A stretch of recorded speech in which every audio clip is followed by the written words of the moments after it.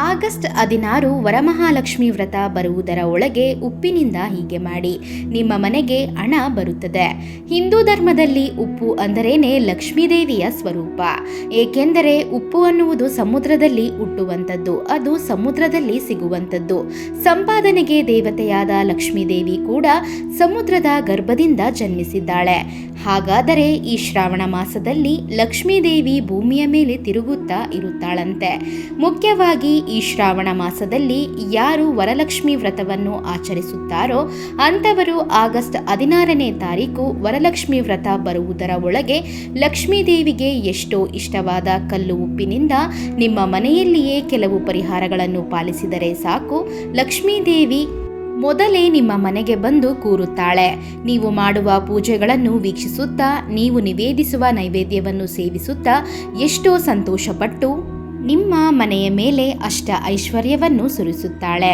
ಕಲ್ಲು ಉಪ್ಪು ಎಲ್ಲಿ ಇದ್ದರೆ ಅಲ್ಲಿ ಲಕ್ಷ್ಮೀದೇವಿ ಇರುತ್ತಾಳಂತೆ.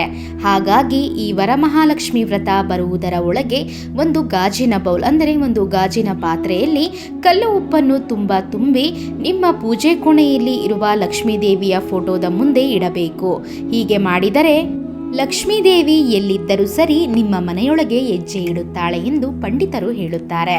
ವರಲಕ್ಷ್ಮಿ ವ್ರತ ಪೂರ್ತಿಯಾದ ನಂತರ ಈ ಉಪ್ಪನ್ನು ತೆಗೆದು ಯಾವುದಾದರೂ ಒಂದು ಮರದ ಕೆಳಗೆ ಹಾಕಿ, ಲಕ್ಷ್ಮೀದೇವಿ ಅನುಗ್ರಹದಿಂದ ನಿಮ್ಮ ಮನೆಯೆಲ್ಲ ಹಣದಿಂದ ತುಂಬಬೇಕು. ಅಂದರೆ ಈ ಶ್ರಾವಣ ಮಾಸದಲ್ಲಿ ಯಾವುದಾದರೂ ಒಂದು ದಿನ ತಲೆ ಸ್ನಾನ ಮಾಡಿ ಒಂದು ಪಾತ್ರೆ ಅಥವಾ ಒಂದು ಬೌಲ್ ತುಂಬ ಉಪ್ಪು ಹಾಕಿ, ಉಪ್ಪಿನ ಮೇಲೆ ಅರಿಶಿಣ ಕುಂಕುಮ ಹಾಕಿ ನಿಮ್ಮ ಬೀರುವಿನ ಕೆಳಗೆ ಇಡಿ.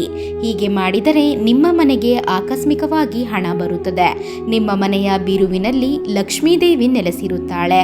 ಲಕ್ಷ್ಮೀದೇವಿ ಇರುವ ಕಡೆ ಹಣಕ್ಕೆ ಕೊರತೆ ಅನ್ನುವುದು ಇರುವುದಿಲ್ಲ. ಹತ್ತಿರದಲ್ಲೇ ನಿಮ್ಮ ಮನೆಯೆಲ್ಲ ಹಣದಿಂದ ತುಂಬಿ ಹೋಗುತ್ತದೆ. ಮುಖ್ಯವಾಗಿ ಈ ವರಲಕ್ಷ್ಮಿ ವ್ರತ ಬರುವುದರ ಒಳಗೆ ಮನೆಯಲ್ಲಿರುವ ಪ್ರತಿಯೊಬ್ಬರು ಕಲ್ಲು ಉಪ್ಪಿನಿಂದ ದೃಷ್ಟಿ ತೆಗೆದುಕೊಳ್ಳಬೇಕು. ಈ ರೀತಿ ದೃಷ್ಟಿ ತೆಗೆದುಕೊಂಡರೆ ನಿಮ್ಮ ಜಾತಕದಲ್ಲಿರುವ ದೋಷಗಳೆಲ್ಲ ತೊಲಗಿ ಹೋಗಿ ನೀವು ಹತ್ತಿರದಲ್ಲೇ ಧನವಂತರಾಗುವಂತಹ ಅವಕಾಶ ಇರುತ್ತದೆ. ಮುಖ್ಯವಾಗಿ 2ನೇ ಶ್ರಾವಣ ಶುಕ್ರವಾರದ ದಿನ ಅಂದರೆ ವರಮಹಾಲಕ್ಷ್ಮಿ ವ್ರತ ಹಬ್ಬದ ದಿನ ಮನೆಯಲ್ಲಿ ಪೂಜೆ ಮಾಡಿಕೊಳ್ಳುವವರು ನಿಮ್ಮ ಮನೆಯ ಮುಂದೆ ಉಪ್ಪಿನ ನೀರನ್ನು ಚೆಲ್ಲಿ ನಂತರ ರಂಗೋಲಿ ಹಾಕಿ. ಈ ರೀತಿ ಮಾಡಿದರೆ ನಿಮ್ಮ ಮನೆಗೆ ಊಹಿಸದ ಐಶ್ವರ್ಯ ಪ್ರಾಪ್ತಿಯಾಗುತ್ತದೆ. ಹಾಗೇನೆ ನಿಮ್ಮ ಮನೆಯೊಳಗೆ ಖಂಡಿತವಾಗಿ ಲಕ್ಷ್ಮೀದೇವಿ ಹೆಜ್ಜೆ ಇಡುತ್ತಾಳೆ. ಹಾಗಾಗಿ ನೀವು ಮಾಡುವ ಪೂಜೆಗಳಿಗೆ ಅಮ್ಮನವರ ಅನುಗ್ರಹ ಲಭಿಸುತ್ತದೆ.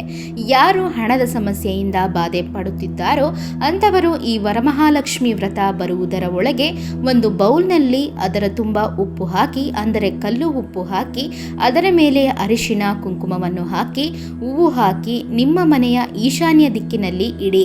ಹೀಗೆ ಮಾಡಿದರೆ ನಿಮ್ಮ ಮನೆಗೆ ವಿಪರೀತವಾಗಿ ಧನ ಪ್ರಭಾವ ಆಗುತ್ತದೆ.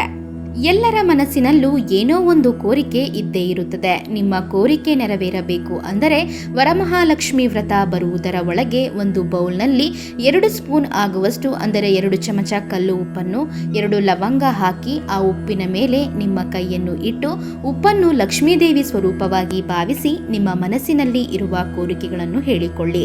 ನಂತರ ಈ ಉಪ್ಪನ್ನು ಆ ಬೌಲನ್ನು ನಿಮ್ಮ ಮನೆಯ ಯಾವುದಾದರೂ ಒಂದು ಮೂಲೆಯಲ್ಲಿ ಯಾರು ನೋಡದ ಜಾಗದಲ್ಲಿ ಇಡಬೇಕು. ಈ ರೀತಿ ಇಡುವುದರಿಂದ ನಿಮ್ಮ ಮನಸ್ಸಿನಲ್ಲಿ ಇರುವ ಕೋರಿಕೆಗಳೆಲ್ಲ ಹತ್ತಿರದಲ್ಲೇ ನೆರವೇರುತ್ತದೆ.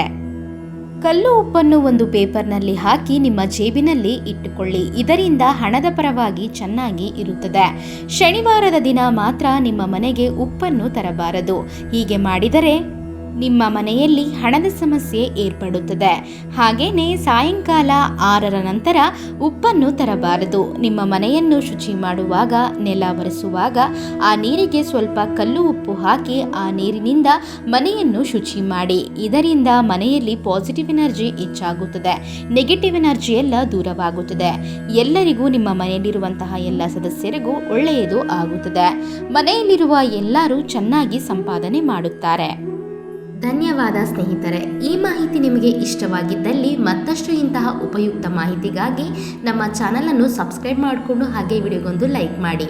ಜೊತೆಗೆ ಮತ್ತಷ್ಟು ಇಂತಹ ಉಪಯುಕ್ತ ಮಾಹಿತಿಗಾಗಿ ಫೇಸ್ಬುಕ್ನಲ್ಲಿ ನಮ್ಮ ಪೇಜನ್ನು ಫಾಲೋ ಮಾಡೋದನ್ನು ಮರಿಬೇಡಿ. So thanks for watching our videos.